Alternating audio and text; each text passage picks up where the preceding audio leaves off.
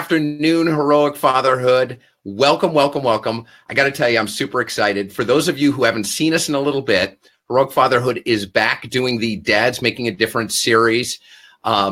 We got such great traction and such great feedback from you from watching these interviews that I've been doing with these great dad bloggers that we're picking it back up. It may not be as consistent as it was before, but I'm super excited to be continuing it.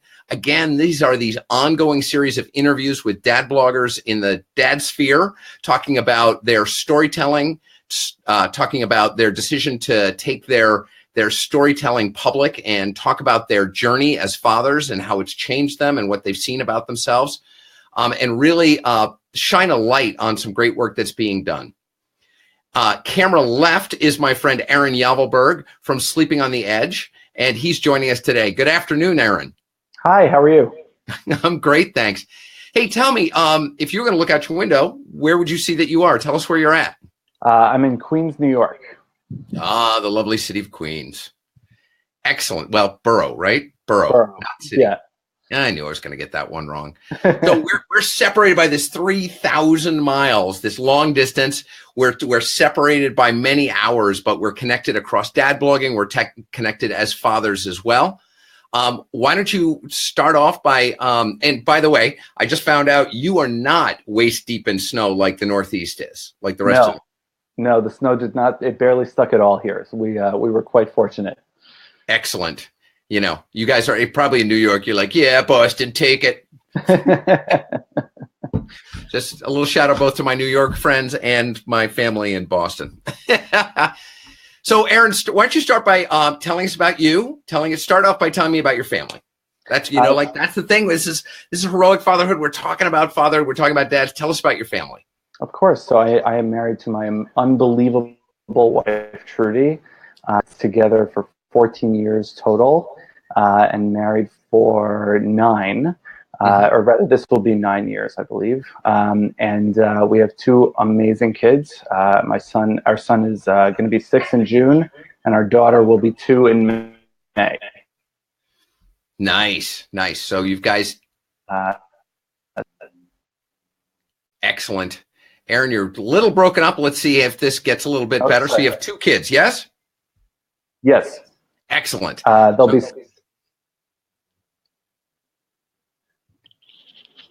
All right, you're cutting out a little bit there. That may be our interwebs, but that's all right. We're just gonna work through it. So, my understanding is you have a blog, my friend, and they call it Sleeping on the Edge. Is that correct? You can just give a nod or a thumbs. Yes, they do. So how long have you been blogging?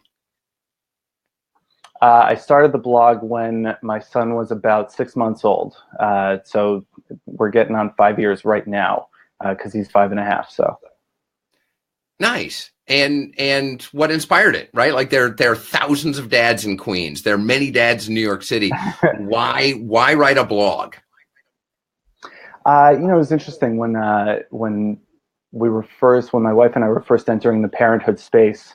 There was a friend of mine's blog that I had been reading. He was writing about sports. And I had brought it up once or twice to her that I had read stuff that he had written, and she said to me, you should really start a blog. And I said, really, why? Who cares what I have to say? And she said, look, you're thoughtful, you know how to write, you know how to speak about things you're going through. Maybe people would like to hear what you're saying, what you're thinking about as you're becoming a father. And so I said, all right, sure. That's not the worst idea I've ever had. So I started it, and it's really been a pleasure to write down some of the stories that we've been experiencing as a father. And probably my favorite part about it is to go back and read some of the old posts and see how I've grown from the beginning when I first started, both as a father and as a writer, and see where I've gotten to today. Wow, I love that. First of all, I want to just point out how much I love the fact that you said, as my wife and I entered the parenthood space. That sounds like a euphemism in anybody's book. Well, I'm. We both. So. That's awesome. That's awesome. So, you've been blogging for about 5 years. You've been storytelling. Now I run into dads and I run into bloggers, and a lot of them share the same perspective. Is like, this is a great way to document my children's childhood and my journey in it. What I heard you say was, I love to go back and take a look at the stories and to see how much I've changed since back then. I'm curious, in 5 years of blogging, what do you notice has shifted for you? What do you see different about yourself? One thing, just in terms of the blogging, I know that the way that I write has changed.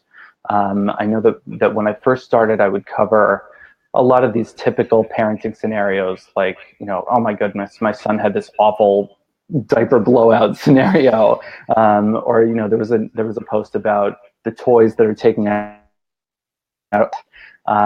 These sort of generic parenting stories that everybody has in some sense or another. And now I write much more specific, so that have a sort of a broader meaning.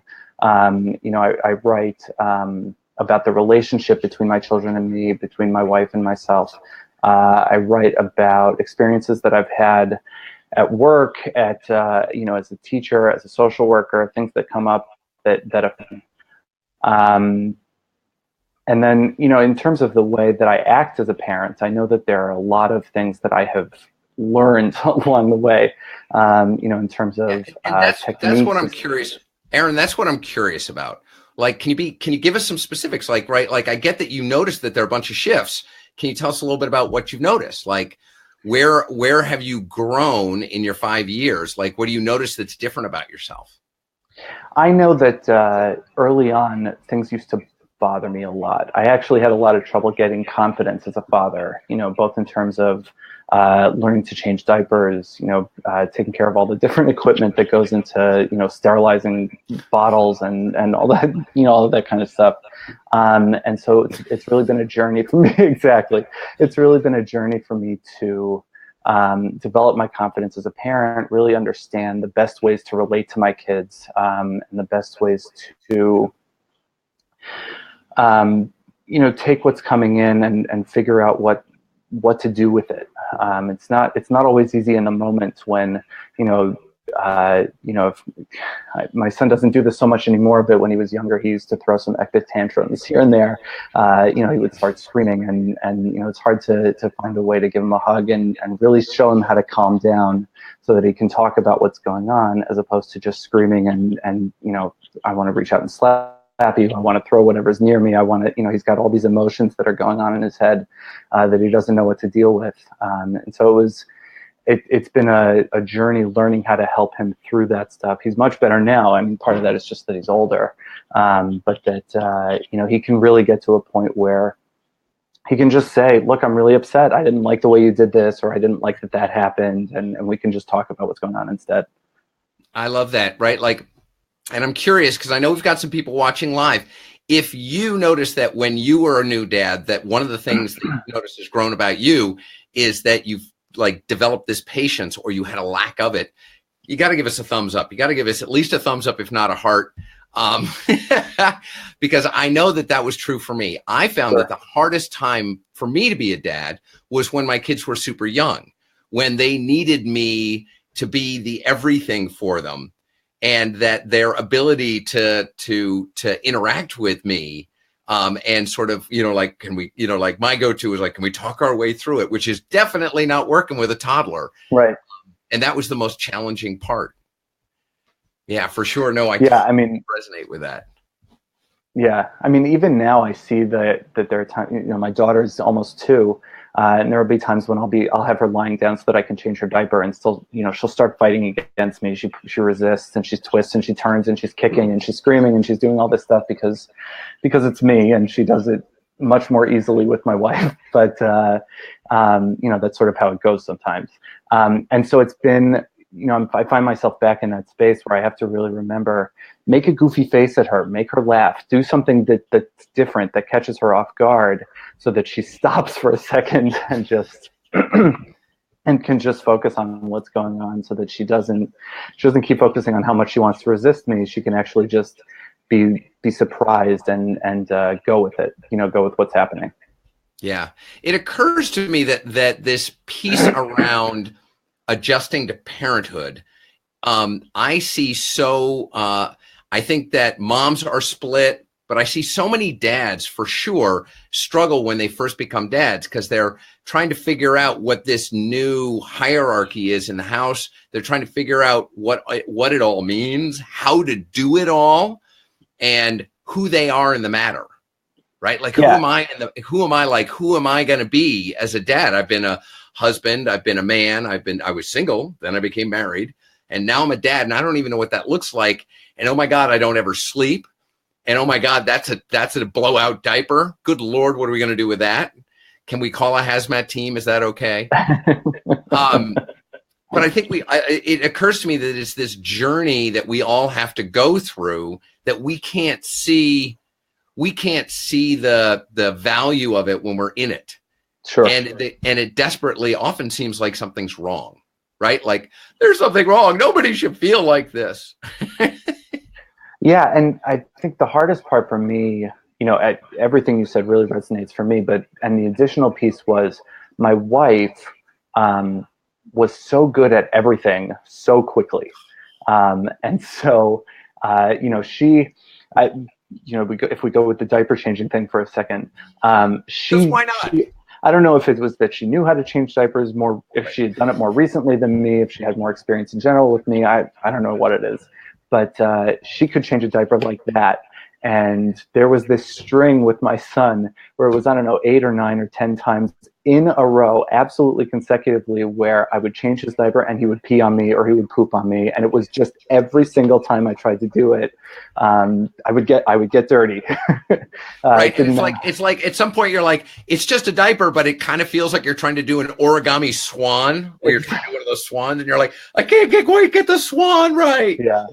And then they stand up and they're like, I think I have to go poops. And that's just when you notice that neither of the Velcro straps or the things are connected anymore. You're like, right. No, as you run across the room towards your child. Yeah, no, it was certainly a rough patch. Let's say that. Yes, it was. And yet you opted for a second child. Well done, sir. That's bravery. Well, it helps when you know that they grow out of it. Certainly once you see that they're growing out of it, that helps a lot too. Yeah, right. Like you get those momentary glimpses where you're like, oh, everything shifted. Yesterday it was before yesterday it was forever like this, and then today it just went boop, and it just shifted and becomes something completely different. Yeah. Which may not be any easier, but at least it's different. It's a different experience. That's that whole thing about how, the day that you become the day that you become an expert about parenting a 2-year-old is the day before they turn 3. And you can extend that to obviously any age. So.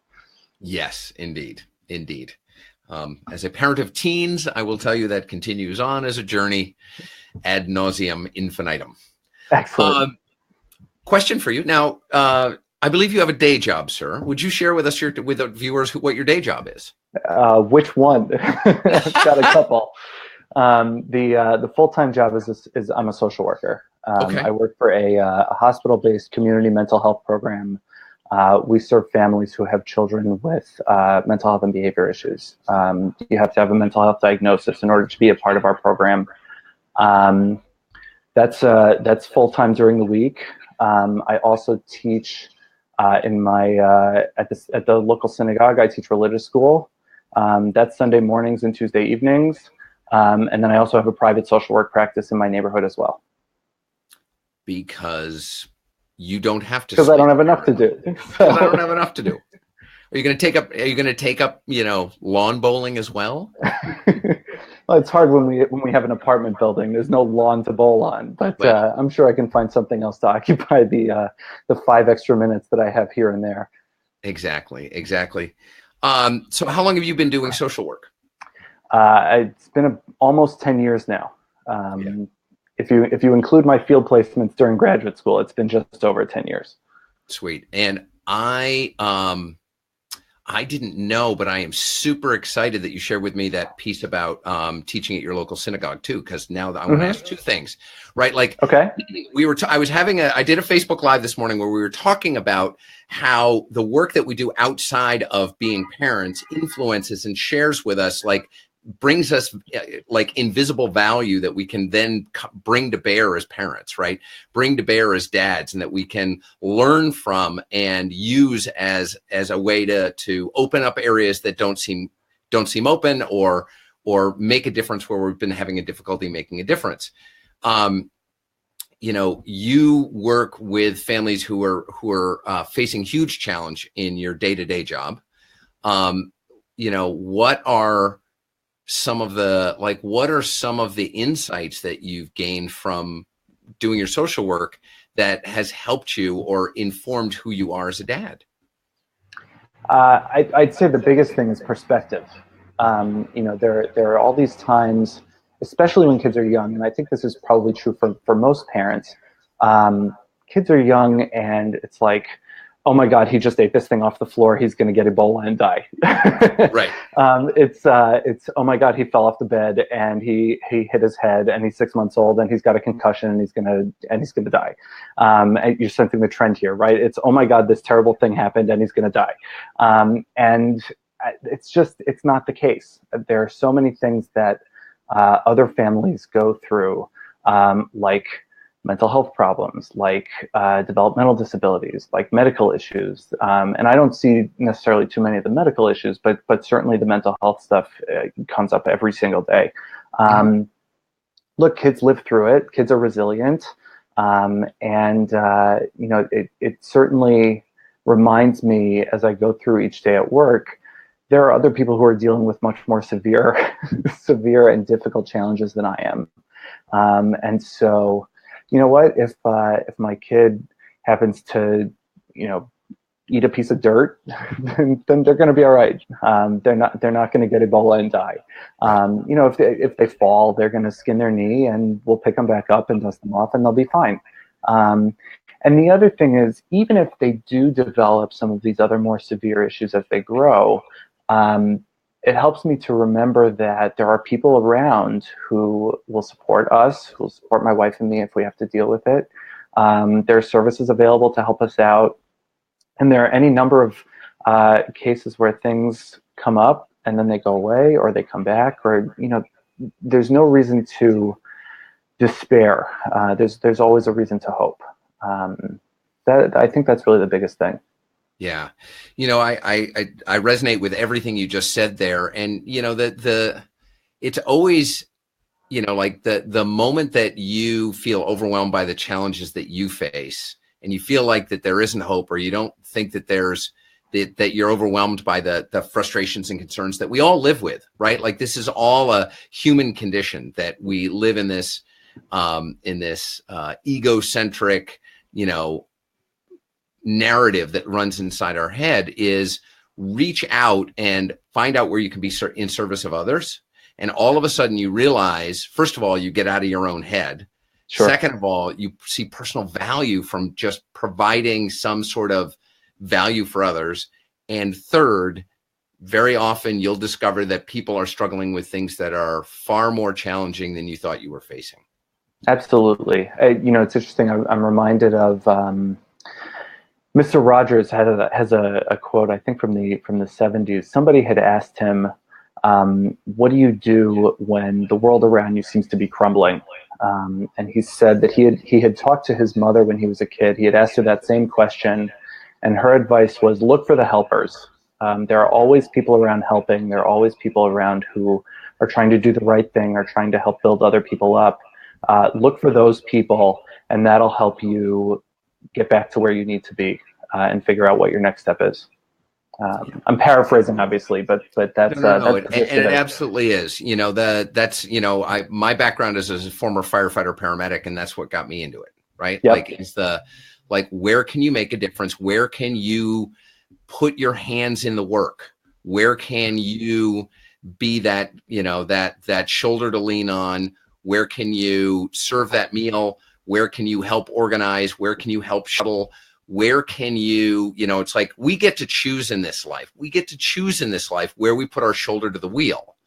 And what I hear is that, like, if, and I know the listeners, because we've got some awesome people following, this page, that these guys are doing that in their lives. And what I hear is like how intentional you've been about where you put your shoulder to the wheel, right? Like, this is, I know that the listeners can hear this, but this is a man who stands in service, right? Stands in service of others.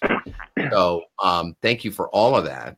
Of course. Now, this is where I'm super curious. I want to pivot, if that's okay. Sure. I want to ask you the same question. I said, what have you learned? What have you learned from your day job as a social worker, and how that informed who you are as a dad? I'm curious what you notice about teaching Sunday school, and like, or how is that informed who you are as a dad? I'd say the biggest thing that's different has to do with the kids that I teach, the differences between the kids that I teach and the kids that I work with as a social worker. There's this whole idea that everybody is going through something, but the kids that I teach are sort of they're more of your mainstream type, adolescents, and so it gives me again a bit of a different perspective as to what I might be able to expect as my kids grow. I think the biggest thing that I try to take advantage of as a teacher is that a number of the classes that I teach have to do with identity formation and helping the kids understand who they want to be and what kind of adults they want to grow into. And so I sort of think of myself as I'm leading those classes. I'm making mental notes as I go of, oh, this was a really good line to use, or that was a really good class for blowing the kids' minds. And, Right. I sort of bookmark them to bring back later when my kids are older, so that I can help them to realize some of those same lessons about, look, what kind of a person do you want to be as you grow? What kind of a Jewish adult do you want to be? Because, that's the environment that we're in. Sure. And it's an important part of our lives, in terms of our family. So it is something that I always have in the back of my mind. My son is actually in kindergarten there.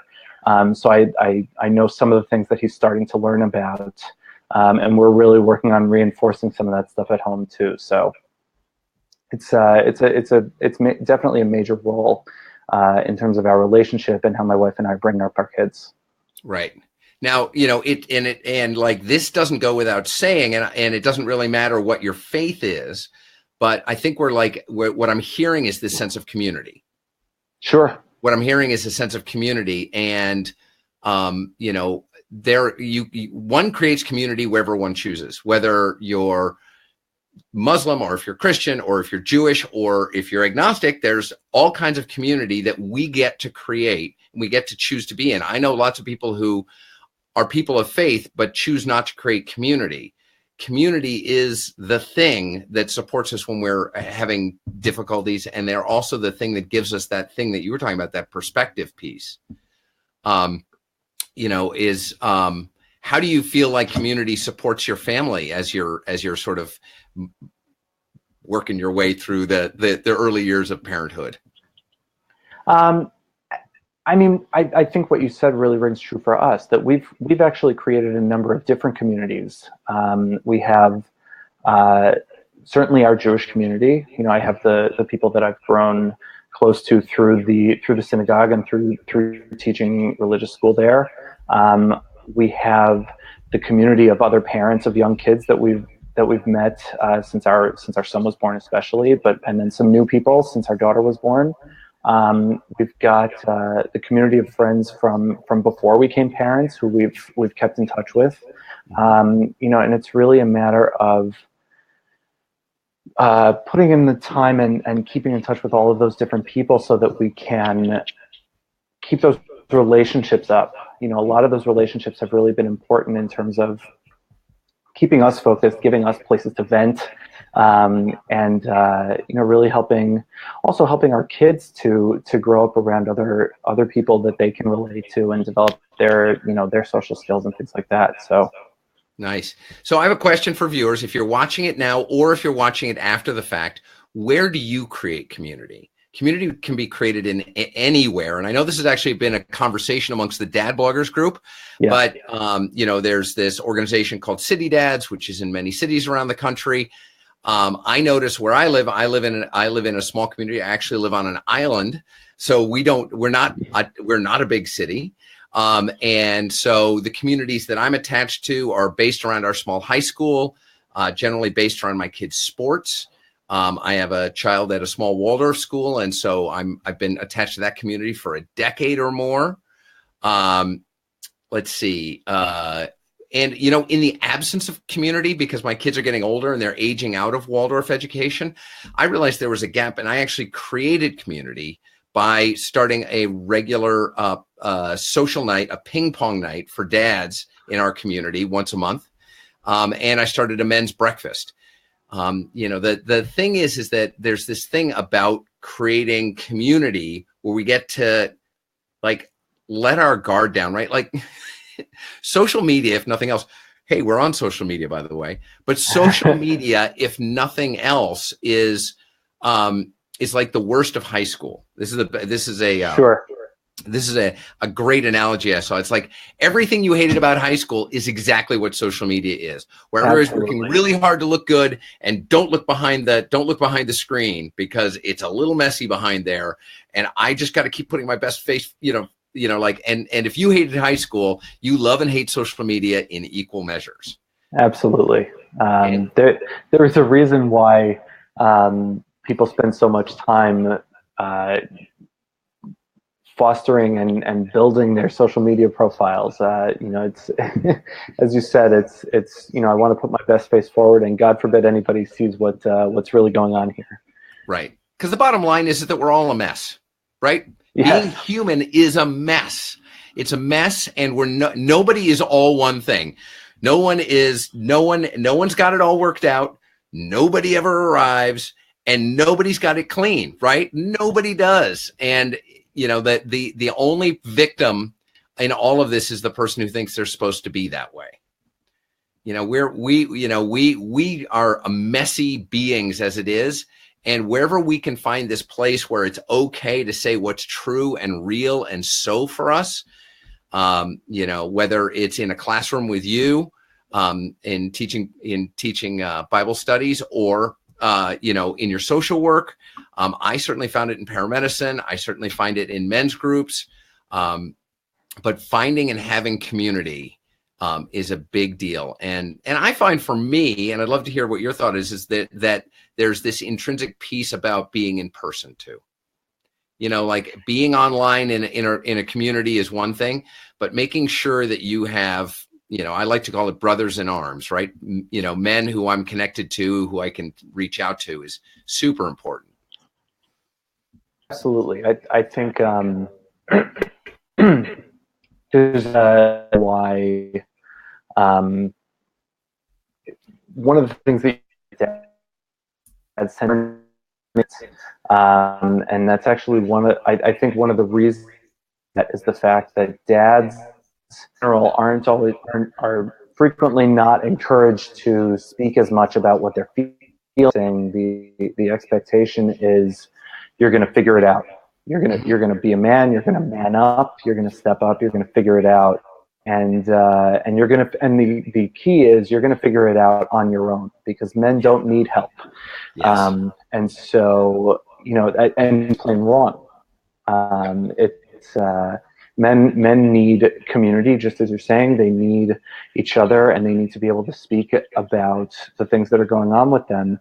And the point that you're bringing up about it being in person is extremely underrated. I know that there have been times when I've reached out to parenting communities online, on Facebook, the Dad Bloggers group, and it just doesn't have the same. In fact, it feels good to get feedback. It feels good to get help. It feels good to get support in that way. But there's something about being able to go out and grab a beer with another dad, to even just talk on the phone as opposed to texting or typing back and forth on social media. There's something about that real human interaction that tends to give it just tends to be much more productive and much more beneficial. Not that the other stuff isn't good, it's just not always good enough. Yeah, like it's almost like the humanity is in the silence, right? Like the humanity's in the silence between what's said. You know, those awkward silences where somebody just got really real. And sure, and even just you know, even if you're not talking on for either of you, even if you're not talking about parenting troubles or any kind of troubles, even if you're just sitting, being next to each other, just knowing that the space is there, the support is there, just that physical connection of just is underrated. It's really important. yeah. So the bottom line I'm getting from both of us is call your buddy, go out for a beer, get a night out, go have lunch, go have coffee. I actually have a series about between 10 and 15 guys that I'm consistently reach out to about every 30 days to invite them out to lunch. So that at least once a week I'm going out with one or two guy friends to talk about life and find out what's going on in their world and see how we can support each other. And what I notice is it centers the heck out of me, really centers the heck out of me. Sure. Yeah, I can imagine. Yeah, absolutely. So I hear you do this blog. So how do people follow up with you? How do people find out more about this incredibly thoughtful and intentional and, good Lord, surface-focused young man? So the blog itself is it's called Sleeping on the. You can find it at sleepingontheedge. And then Facebook, it's facebook.com/sleepingonedge, and Twitter and Instagram. I take out the for the social media profiles, but the blog website is sleepingontheedge.com. Got it. So just because you dropped out there just for a sec, so the website is Sleeping on the Edge, but for Facebook, Twitter, and Instagram, it's Sleeping on Edge. Correct? Excellent. Yes, thank correct. goodness we got that right. Yeah, I ended up doing that with Instagram because it had to become Heroic Fathers as opposed to Heroic Fatherhood. Got it. Yeah, exactly. I'm familiar with this. Excellent. What is it, right? You come from this really unique standpoint because of the work that you do, both your volunteer work as well as your paid work.